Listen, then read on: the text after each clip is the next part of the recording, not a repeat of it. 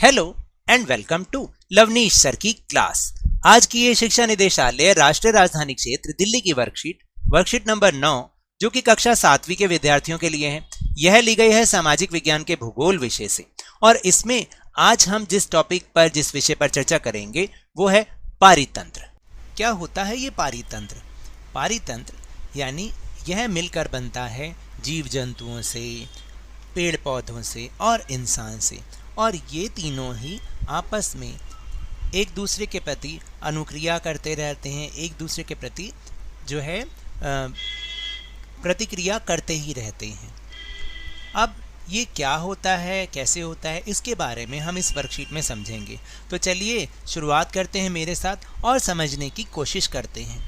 तो सबसे पहले है कि विचार करें। क्या विचार करें कि कैक्टस पौधे की पत्तियां कांटों के रूप में क्यों होती हैं? कभी आपने सोचा है इस बारे में? ऊंट को रेगिस्तान का जहाज क्यों कहते हैं? फिर कमल के पौधे की पत्तियां चपटी क्यों होती हैं जबकि दूसरी पत्तियां तो अलग आकार की होती हैं और लगभग एक जैसे आकार की होती हैं? मेंढक पानी के पास ही क्यों पाए जाते हैं? और तटीय क्षेत्रों में रहने वाले लोगों के भोजन का मुख्य भाग मछली ही क्यों है, कुछ और क्यों नहीं है? तो इन सभी प्रश्नों के जवाब अब हम जानने की कोशिश करते हैं। विभिन्न स्थानों पर पाए जाने वाले जीव जंतु, वनस्पति एवं लोगों के रहन सहन के तरीके भिन्न होते हैं, यानी अलग अलग होते हैं। सभी पेड़ पौधे, जीव जंतु एवं मानव अपने आसपास के पर्यावरण पर आश्रित होते हैं। देखिए कि हमारे आसपास, हमारे चारों ओर जो भी पर्यावरण है, चाहे वो प्राकृतिक पर्यावरण है, चाहे वो मानव निर्मित पर्यावरण है, जैसा कि हमने पिछली वर्कशीट्स में पढ़ा हुआ है, पेड़ पौधे हों या जीव जंतु हों या इंसान हों, ये सभी अपने आसपास के पर्यावरण पर आश्रित होते हैं, यानी कि उन पर निर्भर होते हैं। प्राय वे एक दूसरे पर भी आश्रित हैं, जैसा कि मैंने अभी पहले बताया था कि ये आपस में एक दूसरे के प्रति अनुक्रिया करते रहते हैं, मतलब ये सब आपस में जुड़े हुए हैं और इसी पारितंत्र का सब हिस्सा हैं। जीवधारियों का आपसी एवं अपने आसपास के पर्यावरण के बीच का संबंध ही पारितंत्र का निर्माण करता है। तो अब आप समझे कि जीवधारियों का आपस के बीच का संबंध, यानी जो पक्षी हैं, पक्षियों का पक्षी से संबंध, पशुओं का पशुओं से संबंध, इंसान का इंसान से संबंध और अपने पर्यावरण से इनका संबंध, ये सब मिलाकर ही पारितंत्र बनता है।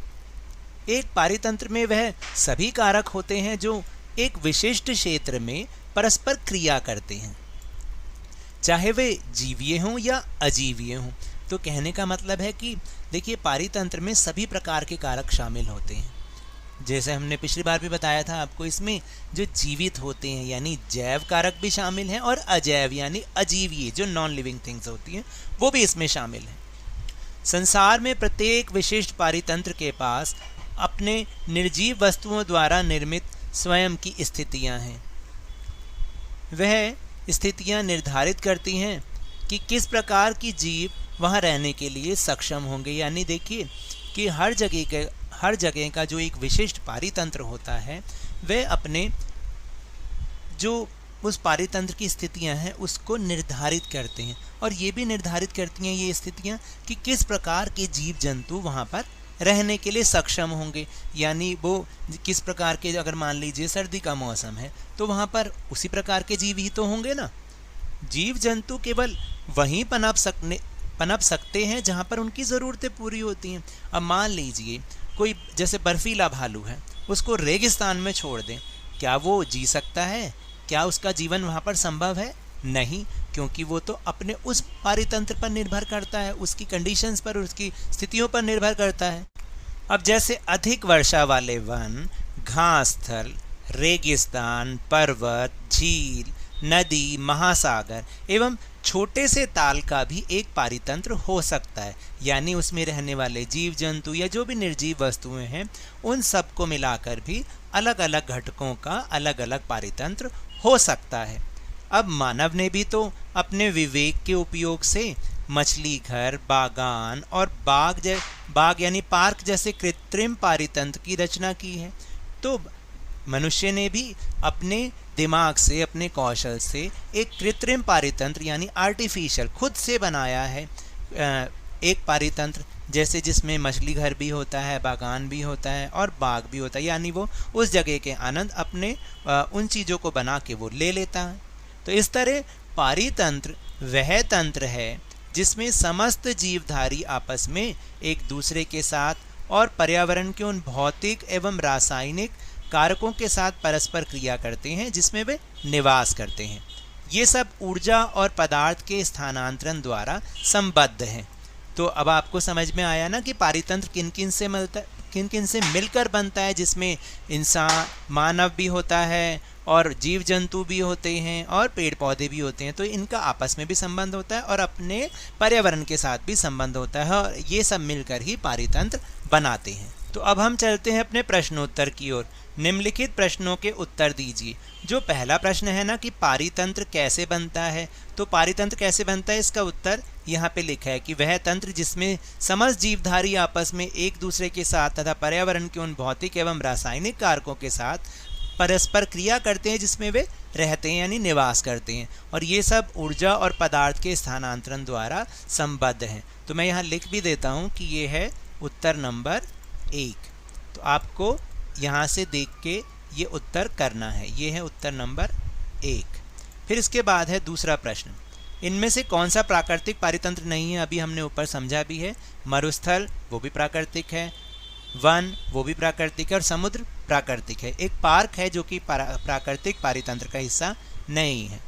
तो फिर तीसरा है कि दिए हुए संकेतों की सहायता से पारितंत्र को पहचानिए।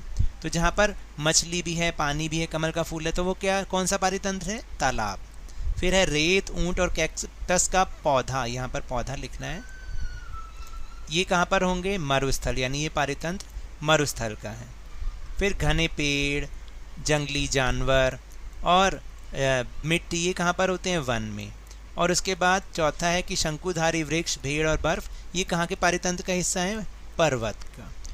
तो देखिए, समझ में आया आपको कि किस तरह से पारितंत्र में हम सब शामिल होते हैं और हमें इसका एक संतुलन बना के रखना चाहिए। तो ये तो थी आज की वर्कशीट। अगर मेरे इस तरह समझाने से आपको थोड़ा सा भी समझ में आया हो तो इस चैनल को ज़्यादा से ज़्यादा सब्सक्राइब कीजिए, लाइक कीजिए और बहुत ज़्यादा शेयर कीजिए। और हाँ, मेरे साथ इसी तरह वर्कशीट को समझते रहिए, लेकिन ध्यान और मन लगाकर पूरी मेहनत के साथ पढ़ते रहिए। और अगर आपको कोरोना यानी कोविड-19 से बचना है तो अपने हाथों को नियमित रूप से साबुन और पानी से ज़रूर धोएं, तभी हम इस कोरोना को हरा सकते हैं। धन्यवाद।